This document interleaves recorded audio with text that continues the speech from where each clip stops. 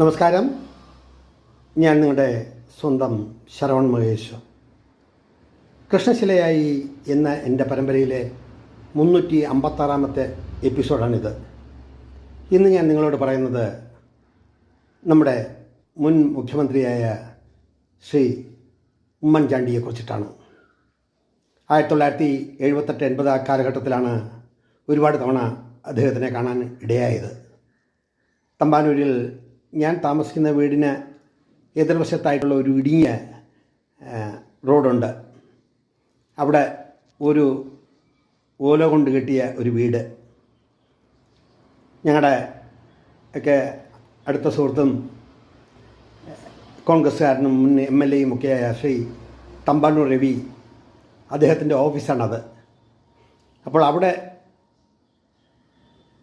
കോൺഗ്രസ്സിലെ തലേക്കുന്നിൽ Basheer, AK Antony, അങ്ങനെ നിരവധി നേതാക്കൾ അവിടെ വരുന്നത് പതിവായിരുന്നു. എൻ്റെ വിദ്യാഭ്യാസ കാലത്താണ് നമ്മുടെ വീട്ടിൽ നിന്നും അടുത്ത റോഡിലോട്ട് കയറാൻ ഈ റോഡ് വഴി വേണം കടന്ന് അകത്തോട്ട് നമുക്ക് എളുപ്പത്തിൽ കയറാം. അവിടെ കാറും വണ്ടിയൊന്നും അതിനുള്ളിലൂടെ വരില്ല. അപ്പോൾ ശ്രീ തമ്പാനൂർ രവിയെ ഞാൻ രവിയേട്ട എന്നാണ് വിളിക്കുന്നത്. ഒത്തിരി കാലമായി നേരിൽ കണ്ടിട്ട് തന്നെ. ഇതിൻ്റെ പ്രത്യേകത എന്ന് പറഞ്ഞാൽ ശ്രീ ഉമ്മൻചാണ്ടി സർ മിനിസ്റ്ററായി തുടങ്ങിയതേ ഉള്ളൂ ആ കാലഘട്ടം. അദ്ദേഹം ഗവൺമെൻറ് കാറിൽ, കുടിവെച്ച കാറിൽ അദ്ദേഹം ആ ഇടവഴിയുടെ അടുത്തായിട്ട് കാറ് കൊണ്ടിട്ടിട്ട് മിനിസ്റ്ററായിട്ടിരുന്നപ്പോഴും ആണെന്നാണ് എൻ്റെ ഊഹം. അദ്ദേഹം ആ ഇടവഴിയിലൂടെ തേച്ച വടിവൊത്ത ഖദർ ഷർട്ടും മുണ്ടും ധരിച്ച് നടന്നു. പലപ്പോഴും അദ്ദേഹത്തിനെ കണ്ട് ഞാൻ തൊഴും, അദ്ദേഹം തിരിച്ചു തൊഴും. എന്തൊക്കെയാണ് വിശേഷം, എന്ത് ചെയ്യുന്നു, ഇപ്പോൾ പഠിക്കുകയാണോ, അങ്ങനെ നിരവധി തവണ സംസാരിക്കുകയും കാണുകയും ചെയ്തിട്ടുണ്ട്. സ്നേഹത്തിൻ്റെ ഒരു പര്യായമാണ് അദ്ദേഹം.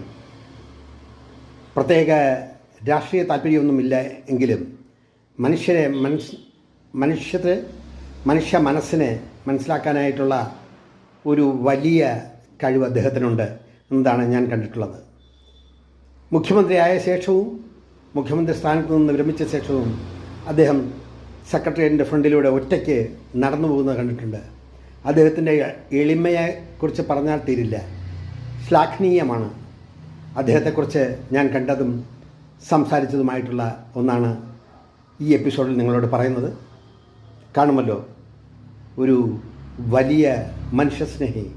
അതാണ് ശ്രീ ഉമ്മൻചാണ്ടി എന്ന് എനിക്ക് പറയാൻ കഴിയും. നിങ്ങൾ കാണുമല്ലോ.